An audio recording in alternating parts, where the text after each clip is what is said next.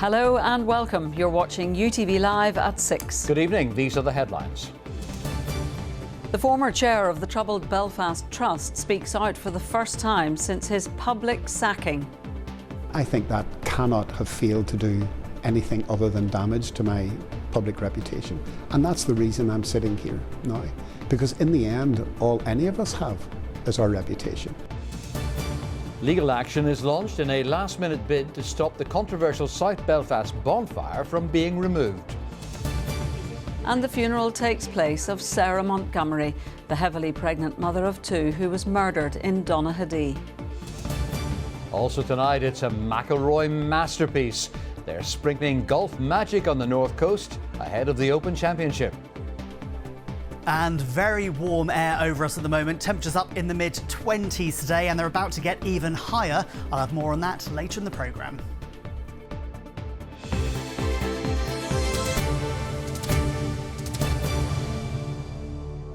After UTV revealed a damning inspection report into the cardiac surgery unit, the Health Minister Mike Nesbitt told the Assembly that he would get a grip on the issues. He quickly put the Belfast Trust into exceptional measures and last week asked the chairman of the Trust to stand down. Kieran Mulgru has now broken his silence on his very public sacking and has said he did nothing wrong. He spoke exclusively to our health reporter Deborah McAleese. He's the man the Health Minister ordered to go, following the damning report into the cardiac surgery unit. I think the reality is that the Health Minister was uncomfortable answering questions in front of the Health Committee and that he looked for a scapegoat. Mike Farr, the Permanent Secretary, told me that he advised the Minister against sacking me. He told me that he felt it was a political decision, and he told me it was because the Minister was uncomfortable answering questions before the Health Committee. The Permanent Secretary told me that sitting as closely as I'm sitting to you now. Mr Mulgru said he initially heard rumours he was to be sacked, so he asked for a meeting with the Minister. He set up a Teams call for Tuesday afternoon, and it was on that Teams call that the Minister told me that he was replacing me. I asked him why, what I had done that was wrong, and he said it's not X, Y or Z, it's just circumstances. He didn't expand on what just circumstances means. He opened up by saying that he was going to make a change and that he wanted to replace me. He then said that he would like to have a soft landing and would I agree a statement. I told him that no, I didn't believe I'd done anything wrong and that this was a matter of principle and that if he wanted to sack me then he'd have to sack me, because from my point of view I wasn't going to walk away and leave behind the people within the Trust who'd invested their hope and their support in me. Revelations of bullying and toxic behaviour within the cardiac surgery unit triggered a strong response from Mike Nesbitt. But when it came to his sacking, Mr Mulgru told UTV that rather than facing him, the Minister kept his online meeting camera off. It's interesting because one of the first things that the Minister said in the Health Committee when the issue around cardiac surgery first broke was that he wanted to look Kieran Mulgru in the eye and ask him about these things and tell him that they were unacceptable. Yet when he was sacking me, he didn't turn his camera on, so I don't know if he was in the room on his own or whether there were other people with him. Now, there has been a lot of attention recently on the culture within the Belfast Trust. How would you describe that working environment from what you witnessed when you were chairman of the board? In any large complex organisation, there will be difficulties within units at any given time. And there were difficulties within the Belfast Trust. Certainly any problems that were brought to me, I never walked past any of them. No one came to me with a problem that I did not try to improve and I did not try to deal with. When asked about the conversations Mr Mulgru told UTV he had held with the Permanent Secretary and the Health Minister, Mike Nesbitt said he did not want to engage in a war of words with Mr Mulgru and wished him well for the future, and said that he publicly thanked Mr Mulgru for his contribution to the Trust and wider health and social care sector. However, Mr Nesbitt said there were a number of assertions made by Mr Mulgru to UTV that he did not recognise as fact, and added that as the Belfast Trust is a complex and challenging organisation to manage, as Health Minister, he needs to have confidence in those in charge of the organisation. The Minister also said that events can conspire against individuals, however well-intentioned, and can make their position untenable. He said that after serious consideration, reflecting on the seriousness of current problems, he reached the conclusion that a new start was needed at the Belfast Trust with a new chair as well as the new chief executive. He insisted that he believes that is in the best interest of the organisation, its staff and all those who rely on its services. Mr Mulgru told UTV he has a different view. I don't think Minister Nesbitt should remain in his position. I think there are a couple of reasons for that. Firstly, if we take the issue whereby he goes against the advice of his senior civil servant, the permanent secretary, who advised him not to dismiss me. Then secondly, so the minister sacked me on a call, and on the same call asked me to interview and appoint a chief executive officer for the trust. Now, what kind of governance is that, where the minister determines that I am not the right person to lead the trust, but then asks me to interview and appoint the chief executive?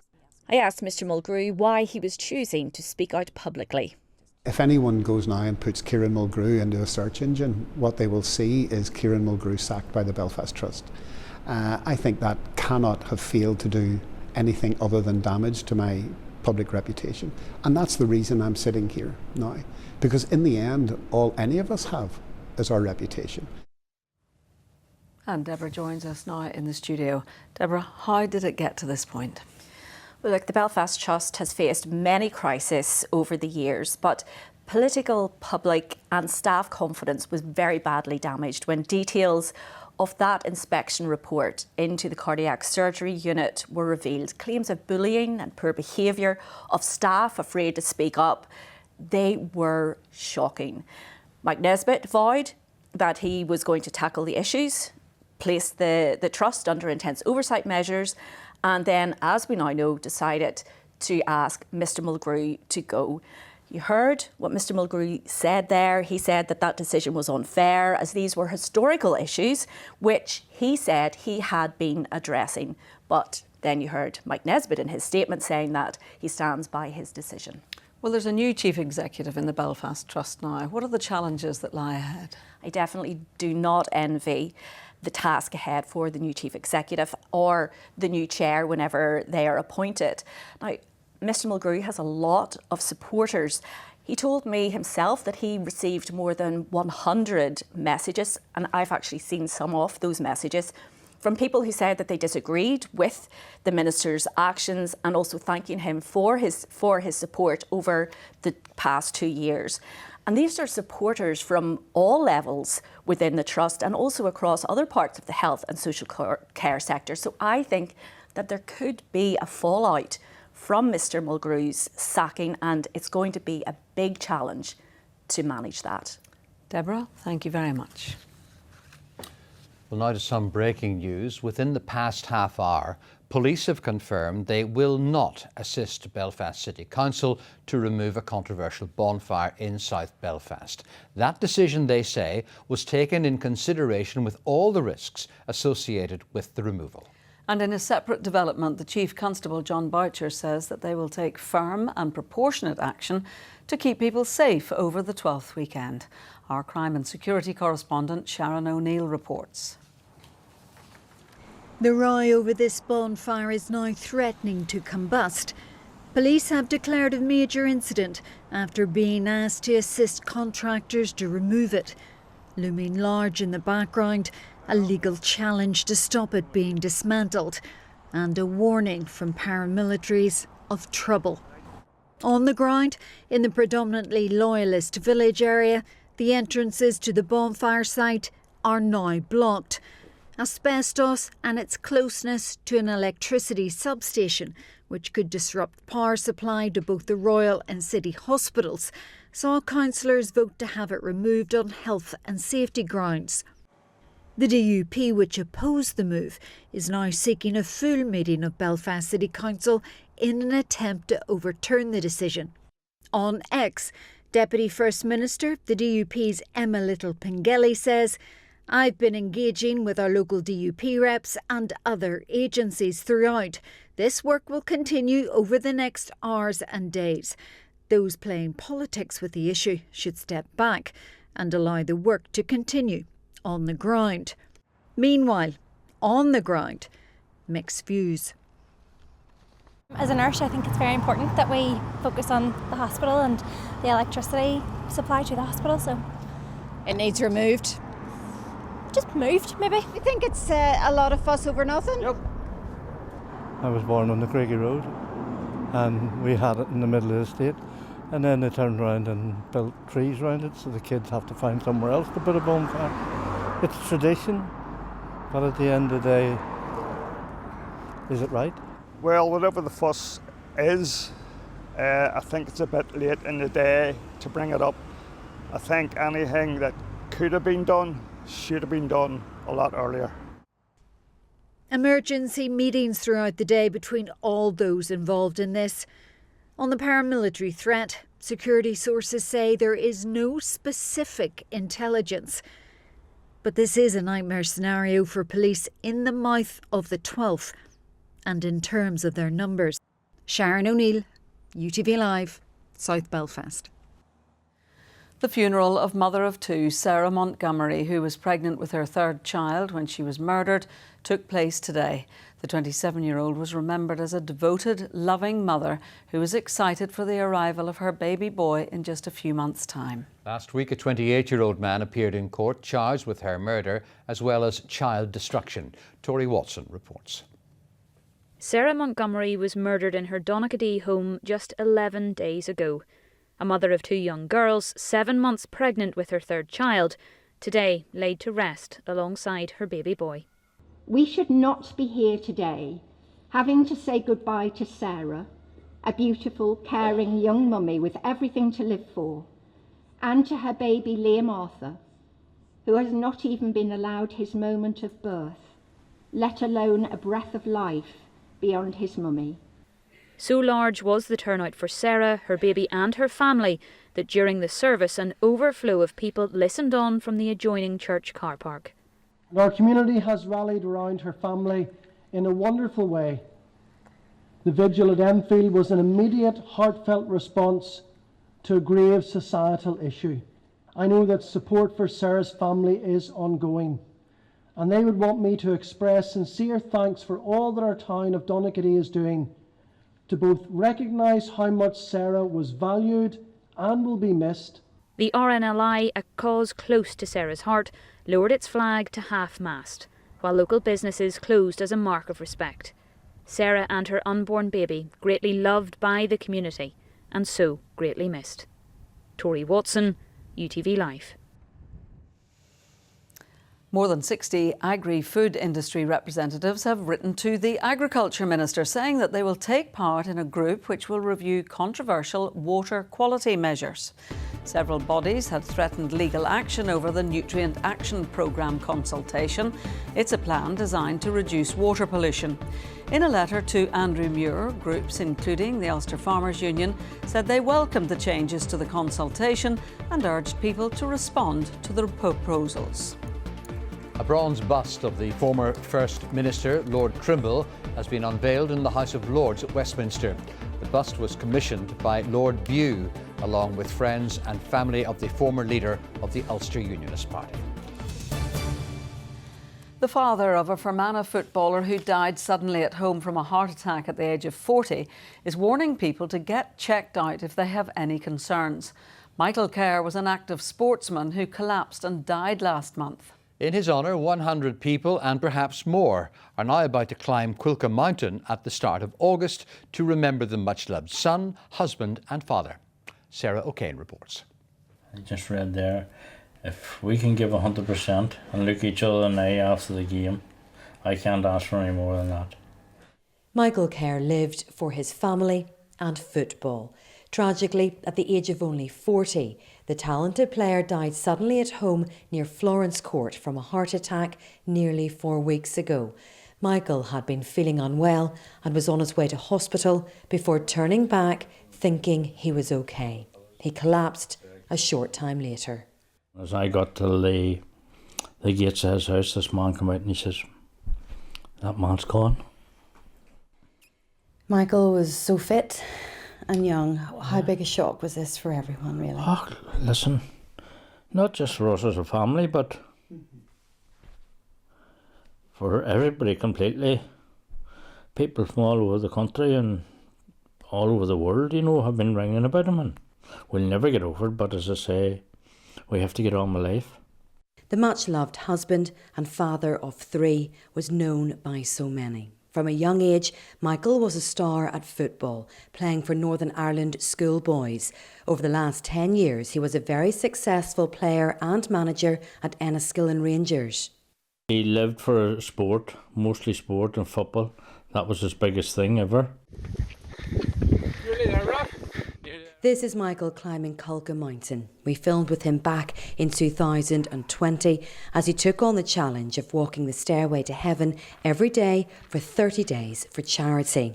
And now, in his honour, on the 2nd of August, 100 people and more are set to walk in his footsteps and climb the famous Fermanagh attraction. The family are determined to raise awareness of sudden cardiac arrest. It's very, very important. That's one thing Donna said to me about. She says, make sure that we try and raise this for awareness for people who have had this and suffered this. If you have any doubts at all, get yourself checked over.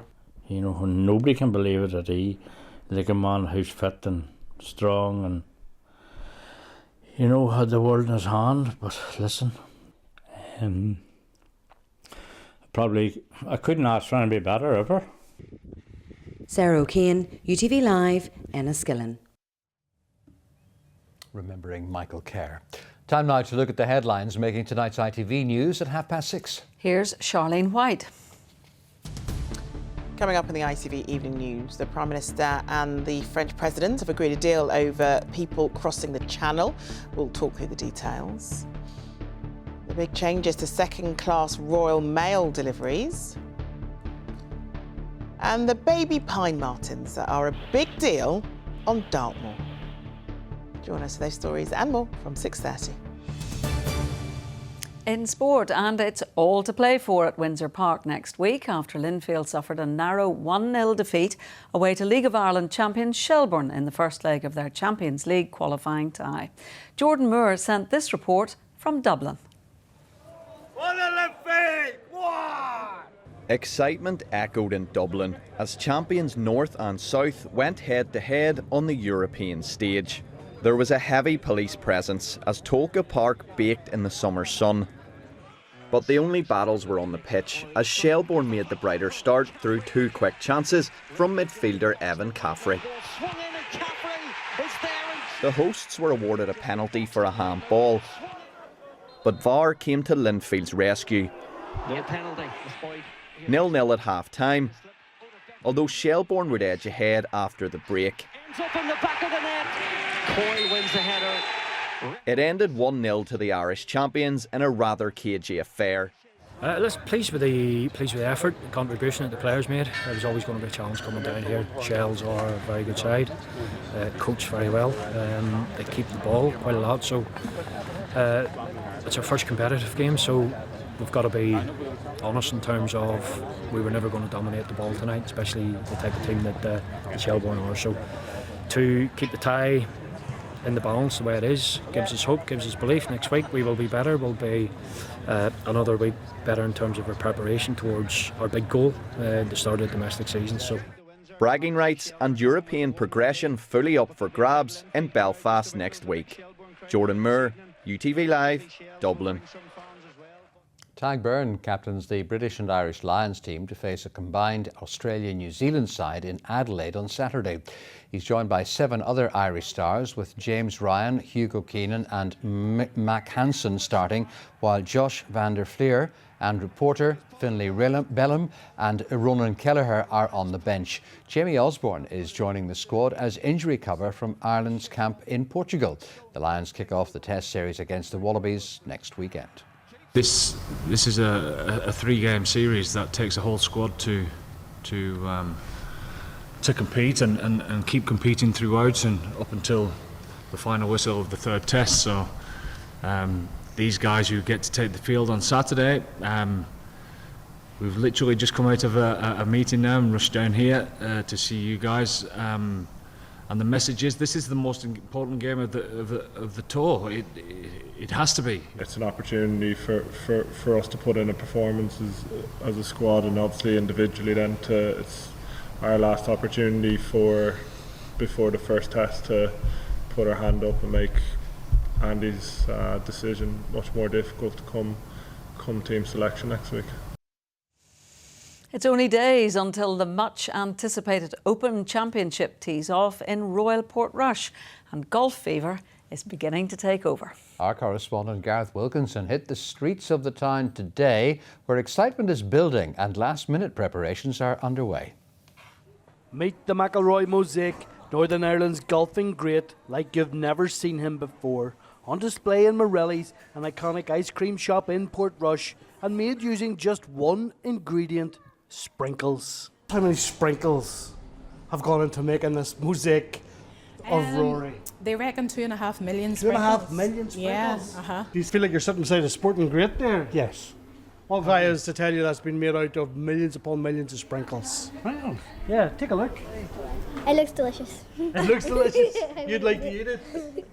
Portrush is going golf crazy. You look like a man who's looking forward to the golf, are you? Indeed, yes. Yeah. You're a golfer yourself? Yeah, I play post shirt. And what about the thought of the Open coming? I don't think I'm fit enough to play in the Open. You just can't make it yourself? No. But they've seen it all before. The Open was here just 6 years ago and first arrived way back in 1951. It's a fantastic window display there. Thank you. The man who knows about history and deals in historical things. Yes. Just how significant event is it for the Open to be back in? Oh, fantastic. Absolutely fantastic. And hopefully we can do a really good job and have it back again in the next 6 to 10 years. A McIlroy victory flag is already on display in this pharmacy window, but it's from the US Masters, where Rory clinched his career Grand Slam, donated and now being raffled to raise money for a local rowing club. He signed it himself. What do you think that says about Rory? I mean, like, you can see his generosity, like he's given so much money to charity here at home. It would be amazing, I think if he could do it in front of a crowd in Portrush. Golf putting Northern Ireland's most popular seaside town on the international map. Most of us know this place is Portrush. You call it something else. I prefer to call it Port Magic, Gareth. But a place Alan Simpson promotes on social media. The secret's out. Well, that is. It used to be a secret, but now from Calcutta to Cairo, from Budapest to Bangladesh, everybody's going to know about Portrush. It's hoped the sun has arrived in time to shine on the golf, but no matter the weather, it's the Open that's radiating positive vibes. And a win for Rory, well, that really would be a sprinkle of magic. Gareth Wilkinson, UTV Live, Portrush. Well, let us hope for good weather for the duration of the Open. And talking of the weather, here's Ross with the forecast. Bringing the warm sunshine outside, inside. UTV Weather. Sponsored by the Grande Rona R290 heat pump. Hello, good evening. So plenty of warm summer sunshine for us today. The cloud a bit stubborn at times, but it has been thinning and breaking, holding on to those warm temperatures as we head through this evening, and then mild overnight, quite a stuffy feel. Plenty of sunshine into tomorrow. Very warm conditions day on day. We are seeing those temperatures climbing at the moment. The reason, an area of high pressure right over us, keeping at bay for now the wetter, windier, fresher conditions out towards the west. And so, yes, by the time we get into the weekend, temperatures up in the high 20s. For now then, decent end to the day. It's dry, it's calm, a little bit of fair weather cloud coming and going. As we make our way into those early hours with clear skies and light breezes, we are seeing some patches of mist and fog forming, and these are the overnight lows, 15 or 16 degrees. Again, that muggy feel as we make our way into Friday morning. Friday, if you're up first thing, bit of mist and murk around. It's quick to clear though. As we make our way through the day, plenty of blue skies taking us through into the afternoon. Breezes coming up from that southerly direction. Daytime highs of a warm 25 or 26 degrees, so on the hotter side. Zooming out a little bit further, again, similar story, plenty of sunshine, temperatures in the mid to high 20s. And then through the next few days, very much a case of spot the difference. Plenty of sunshine, highs on Saturday of 28. UTV Weather, sponsored by the Grande Rona R290 heat pump.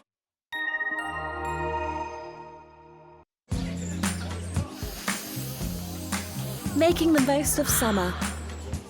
Perry sponsors UTV Pollen Count. There's plenty of grass pollen around at the moment, weed pollen kicking in as well. No surprise, with the dry, fine, warm weather on the way, our pollen levels are going to stay high. Have a great evening.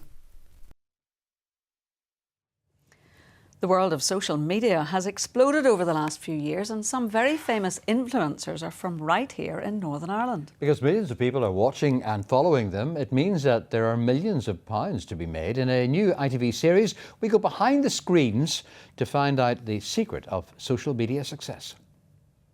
I find that I'm a really independent person, but then I'm also seeking validation from likes of strangers who don't know me. You get a lot of people in the comments, what's on air fryer? If I can meet my philanthropic goals as well as my financial needs, then that's what I want to do. Well, I'm going to be back with the next local bulletin at 10:30. The ITV News continues now with Charlene White, but from Paul and me, and of course the entire UTV News team, have a very good evening. Good evening.